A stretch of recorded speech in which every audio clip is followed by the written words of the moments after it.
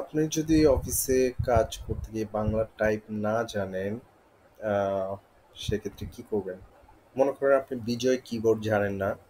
আহ, তো সেক্ষেত্রে আপনি তো না বলতে পারবেন না। কর্পোরেট এনভায়রনমেন্টে গিয়ে আপনি না বলতে পারবেন না যে আপনি পারেন না। কারণ আপনি যদি করতে না পারেন সেক্ষেত্রে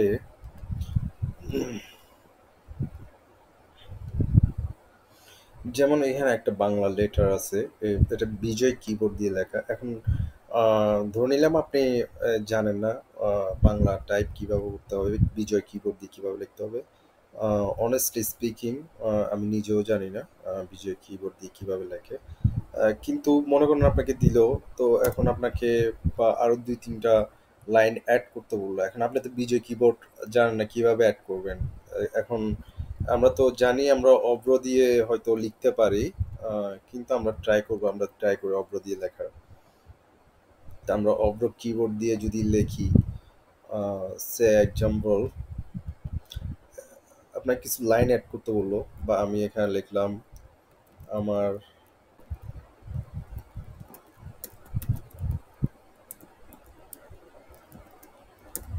দেশ, আমার স্বাধীন বাংলাদেশ, আমি তোমায়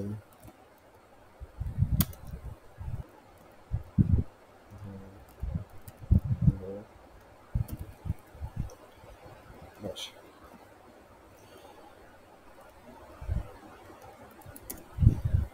তো এখন অব্র কিবোর্ড দিয়ে তো লিখলেন, এখন অব্র কিবোর্ড দিয়ে লেখার আহ, পর যেটা দেখা যাচ্ছে আসলে এখন একই পেজে দুই রকম ফন্ট হয়ে গেছে, দেখেন।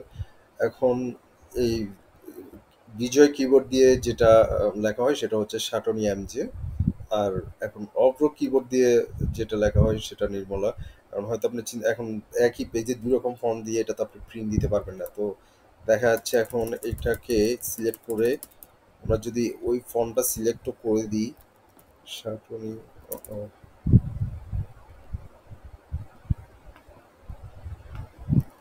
সাটনি এমজে সিলেক্ট করলাম, কিন্তু নিবে না। এখানে যে ফন্ট আছে সেই ফন্টই থাকবে সে। এখন অল্টারনেটিভ কি ওয়ে আছে, এখন এটাকে যদি আমি সেম ফন্টে নিয়ে যেতে চাই তাহলে কিভাবে করবেন আমি দেখাচ্ছি। ওটা সিলেক্ট করবেন। এখন এটা একটা লাইন দিয়ে জাস্ট এক্সাম্পল দিয়ে দেখালাম, কিন্তু আপনার চাইলে এরকম হাজারটা লাইন লেখেন, 100টা লাইন লেখেন, হাজারটা লাইন, কোনো সমস্যা নেই। একসাথে সবগুলো কপি করে আপনার যেটা করবেন, এখানে সেটিংসে গিয়ে আপনি দেখতে পাবেন এখানে Unicode to Bijoy text converter একটা অপশন আছে। এইখানে গিয়ে আপনার জাস্ট ওটা পেস্ট করবেন, যেটা যে অব্র কিবোর্ড দিয়ে যে লেটারগুলো লিখবে বা সেন্টেন্সগুলো লিখবেন, ওই সেন্টেন্সগুলো কপি করবেন। কপি করার পর কনভার্টারে দিয়ে এখানে কপি দিবেন, পেস্ট দিবেন, পেস্ট দিয়ে এখানে convert to Bijoy and coding দিবেন। তাহলে দেখবেন এটা বিজয় কিবোর্ড ফরম্যাটে চলে আসবে।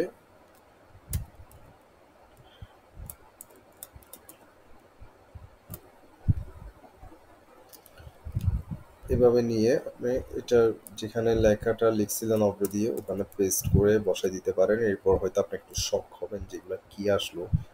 তারপর আবার এগুলাকে সিলেক্ট করে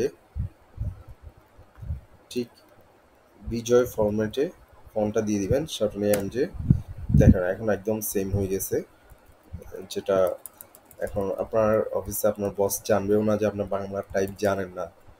আপনি এরকম অনেকগুলা লাইন একসাথে লিখে কপি দিয়ে আপনি বিজয় ফরম্যাট সেম করে দিতে পারবেন, এবং একসাথে কোনো এডিট করতে হয় বা কোনো কিছু এখন অব্রতে টাইপ করলে কি হয়, অনেক সময় প্রিন্ট সেট আপও ঠিকভাবে করা যায় না। তো সে কারণে আমরা বাংলা যখন করেন তখন সবসময় সাকরণী আইএমজি দিয়ে করাটাই বেটার, এবং এটা দিয়ে ভালো প্রিন্ট আসে, সেট আপ হয়, প্রিন্ট সেট আপও হয় ভালো। তো সেক্ষেত্রে যদি আপনার জানা না থাকে অল্টারনেটিভ ওয়েতে অপর কিবোর্ড দিয়ে করতে পারেন, বাট এখানে কনভার্সনের বিষয়টা আপনার জানা থাকতে হবে। Thank you.